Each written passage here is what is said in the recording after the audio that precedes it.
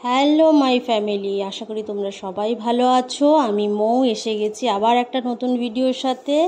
তো সবাই নিশ্চয়ই ভালো আছো, আমিও ভালো আছি। আজকে একটু ভালো নেই, সত্যি কথা আজকে একটু ভালো নেই। সকাল থেকে শরীরটা আজকে একটু খারাপ আছে।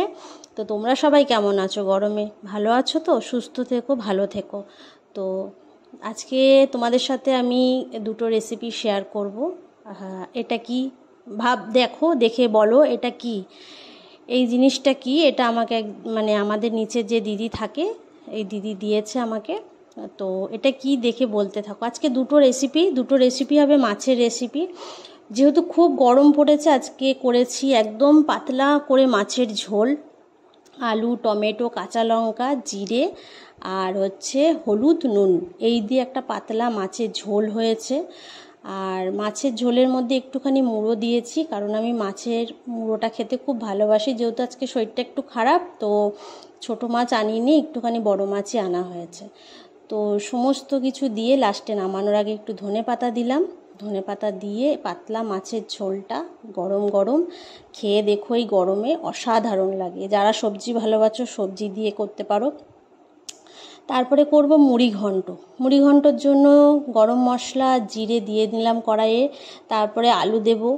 আর লাগবে মুড়ি ঘন্ট করতে যেটা লাগবে সেটা হচ্ছে গোবিন্দভোগ চাল আর মাছের মাথা। দুটো মাছের মাথা দিয়ে আমি করেছিলাম।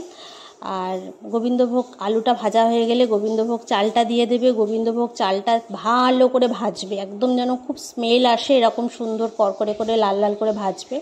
ভাজা হয়ে গেলে আদা, কাঁচা লঙ্কা, টমেটো, জিরে, নুন, হলুদ আর 2-4টে চিনির দানা একসাথে পেস্ট করবে। আমি কিন্তু যখন কোনো মশলা পেস্ট করি নুন দিয়ে নিই, হলুদ দিয়ে নিই। তাতে কি হয়, তরকারির কালারটা অনেক বেশি ভালো হয়।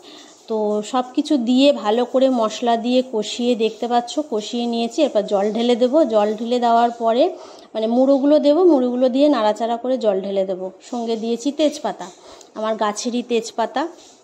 তেজপাতাটা পরে দিলাম, নয়তো তেজপাতাটা ভেঙে যাবে, ওই জন্য মানে ঝোলে যদি তেজপাতাটা ফোটে না, তার মানে গন্ধটা আরও হয়। সাথে গোবিন্দভোগ চাল আছে।